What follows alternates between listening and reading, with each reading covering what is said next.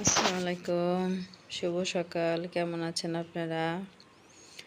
সকালবেলা বারান্দায় গিয়েছিলাম, তো লাউ গাছটা বেশ বড় হয়েছে, ফুল ফুটেছে আর কি লাউ গাছটায়। তো চিন্তা করছি পাতাগুলা কেটে দিব, তো ভাবলাম আপনাদের সাথে একটু শেয়ার করি। পাতাগুলা কেটে সুন্দর করে রান্না করেও খেতে পারবো।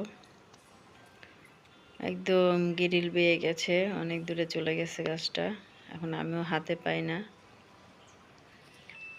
তো গোড়ায় কিছু পেঁয়াজও লাগিয়েছিলাম, পেঁয়াজগুলো মাশাল্লাহ বড় হয়েছে, সুন্দর তরতাজা হয়ে গেছে দেখেন। তো এখানে অরিগানো পাতা লাগিয়েছিলাম একটা ডাল, তো ডালটা অনেক বড় হয়ে গেছে দেখেন, আরও ডাল ছাড়ছে কি সুন্দর। এসব গাছ বাসায় রাখা দরকার, টানা টানা লাগে।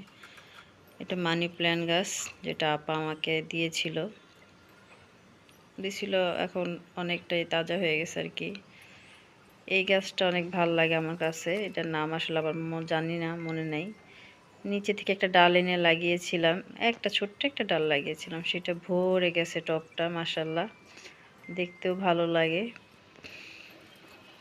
কি সুন্দর দেখা যাচ্ছে। তো দুইটা একসাথে ভিডিও করলাম।